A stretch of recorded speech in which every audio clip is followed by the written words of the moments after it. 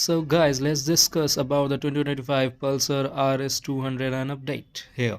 So this, before moving ahead, I'm gonna clear it out that we are not going to compare it from the BS3, BS4, BS6 2.0 versions.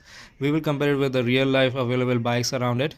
And this review is coming up from the 2005 owner of the Pulsar RS 200 yellow version, that is a BS3. So I won't make a comparison, and that is not even fair of it as per the current markets. So let's move ahead. We can see with the update there are three beautiful colors, that is the black, white and red, with the totally new color scheme, that is the most updated color scheme you can say from the Bajaj. And down below the bellies are being updated with different dual tone colors and written the RS200. Apart from that, we can see the front has a little bit of more graphics onto the nose and updated with the new meter as well as the tail light. The meter which we talk about is given by the base version of the NS 125 and all, but we could have expected the better meter from the NS 400Z that could have been used here, since I think there might be the riding modes in this but not confirmed as of now. Coming ahead, the power delivery is still the same, that is 24.1 Nm torque, that is a little bit lower than the BS3 version. And then coming ahead, the torque, that is 18.6, that is much more beautiful than the other available bikes in the 200 or the 150 category. And as we can see, the updated LED DRLs, those are the white lights coming ahead for the night rider. That will be really amazing. And the meter, you can see, that is really sluggish, as we got disappointed in the R3 meter. In the same way, this meter is not even expected. NS400Z meter is much more better than this one. So the E20 fuel is another update, I think so, and that could have been much more better on the fuel efficiency, as we can say. And reaching to the rear end, we can see the worst part of this bike is that the tail light that has been integrated with the LED indicators, the stop light has been there as well, removing the middle section of the old RS that was in a diamond shape and making it to reach a little bit higher and far apart from the rear mudguard, which was touching when a pillion sits up on the to it. And we can see the entirely black matte finish on the right sides and the foot pegs. So this is done to avoid the dust visuals which comes up, as well as the scratches and all. And as we the seats are remaining the same and nothing much onto it. So what's the point of launching this bike in 2025 with not major of the update? As I told, keeping the point out clear, we won't compare the RS with the RS with the older version. Rather, we can compare it with the available bikes right now.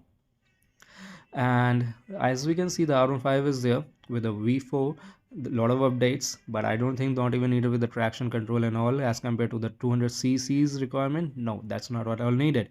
But what we need is the raw power, which is given by the RS200. And coming ahead, RS200, there is a one good point that with a pillion you can rush it up, rev it up.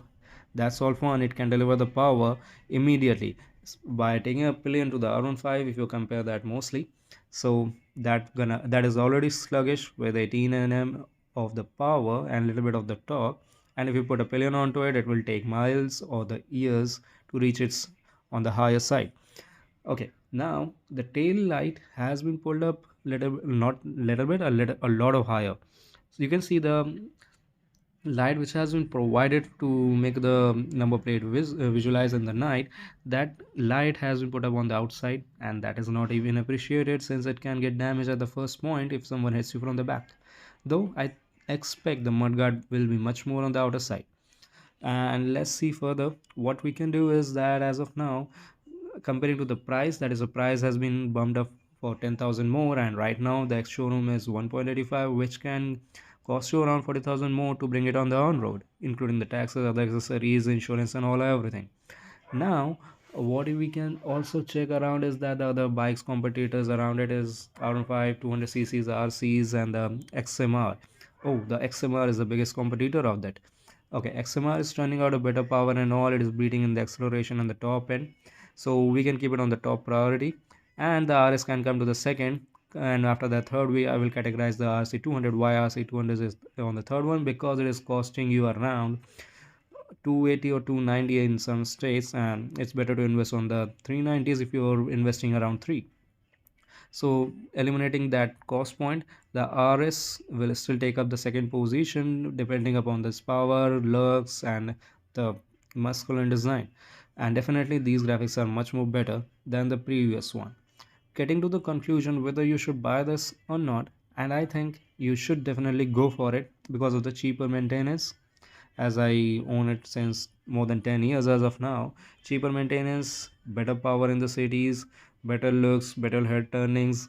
The exhaust sounds, definitely it is no match around the 200 cc's, though XMR can get it out and S can get it out, and the N250 is also giving a better exhaust note. So for the exhaust note we can definitely give up this amount, and with the new look it looks definitely amazing. Now coming ahead, you can drop down your comments which one you're gonna buy at this price point, and definitely share and like and subscribe this video with your friends, and I want to catch you up in the next one. Till then, bye bye.